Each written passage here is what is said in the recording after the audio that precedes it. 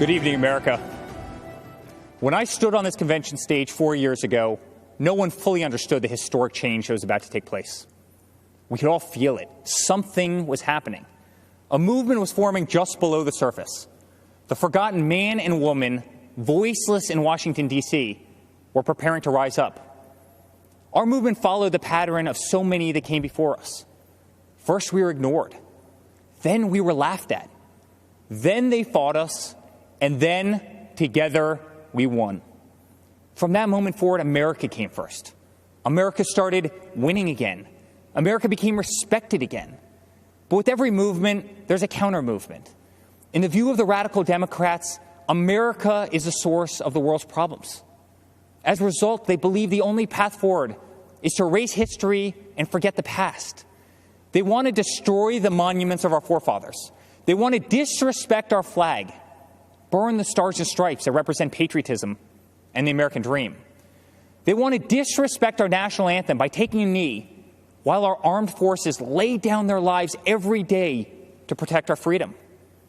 They do not want the Pledge of Allegiance in our schools. Many of them don't want one nation under God. The Democrats want to defund and disrespect our law enforcement. The Democrats want an America where your thoughts and opinions are censored when they do not align with their own. President Reagan said, "Freedom is never more than one generation away from extinction. It must be fought for, and it must be protected." This is the fight that we are in right now, and it is a fight that only my father can win. My father ran not because he needed the job, but because he knew hardworking people across this great country were being left behind. The media mocked these patriots in the flyover states in which they lived.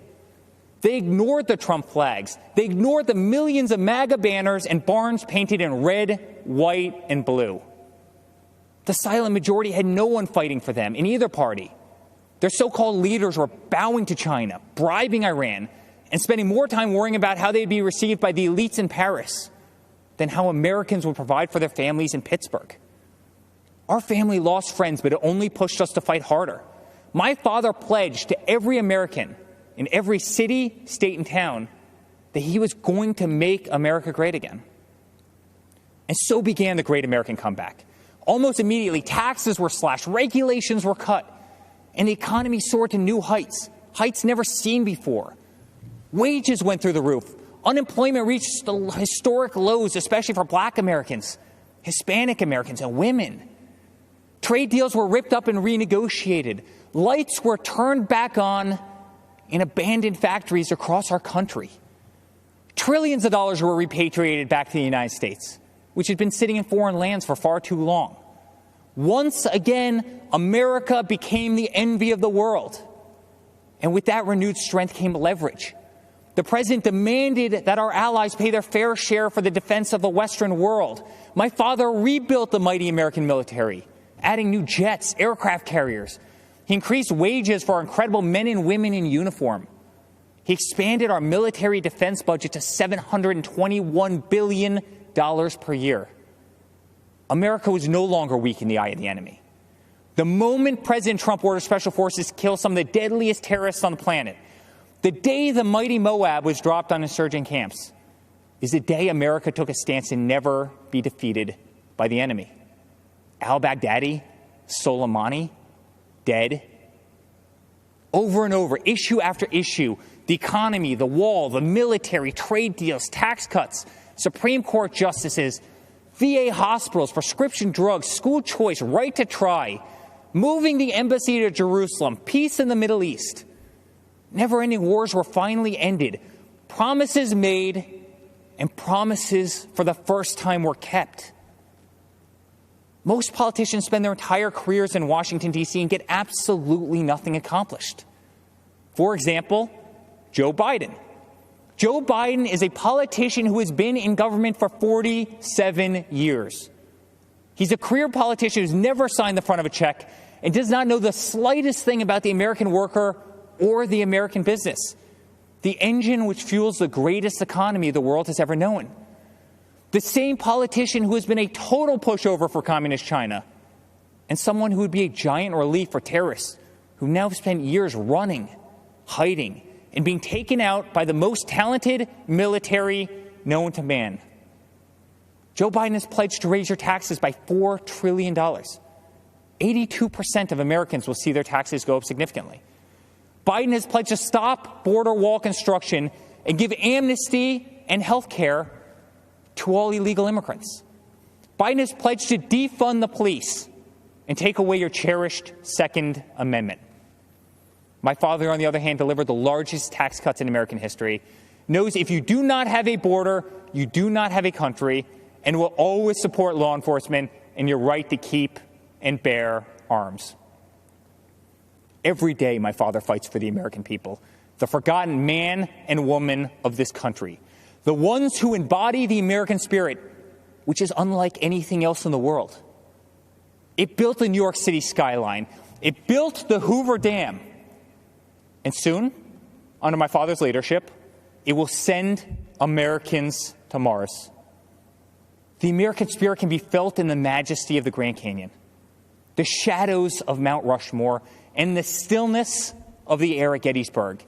It can be seen in the wide-eyed wonder of every American child as they take their first breath in the greatest country the world has ever known.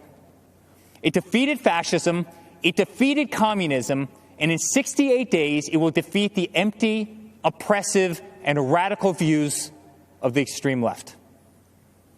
Ronald Reagan's quote ends with this simple warning. One day we could spend our sunset years telling our children what it was once like in the United States where men and women were free. Under President Trump, freedom will never be a thing of the past. That's what a vote for Donald Trump represents. It's a vote for the American spirit, the American dream, and for the American flag. To the law enforcement officer who's being attacked, betrayed, and whose job they are trying to make extinct, my father will fight for you. To all houses of worship and to all people of faith stripped of our religious freedoms and religious liberties, my father will fight for you. To the voiceless, shamed, censored, and canceled, my father will fight for you. To our farmers who work dawn to dusk to keep our plates full, my father will fight for you. To every single mother and father, to our veterans, our coal miners, and to the American worker, my father will fight for you. And to every proud American who bleeds red, white, and blue, my father will continue to fight for you. In closing, I'd like to speak directly to my father. I miss working alongside you every single day, but I'm damn proud to be on the front lines of this fight. I'm proud of what you are doing for this country. I'm proud to show my children what their grandfather is fighting for. I'm proud to watch you give them hell. Never stop. Continue to be unapologetic. Keep fighting for what is right. You are making America strong again. You are making America safe again. You are making America proud again. And yes, together with a forgotten man and woman who are finally forgotten no more, you are making America great again. Dad, let's make Uncle Robert very proud this week. Let's go get another 4 years. I love you very much. God bless you, and God bless the United States of America.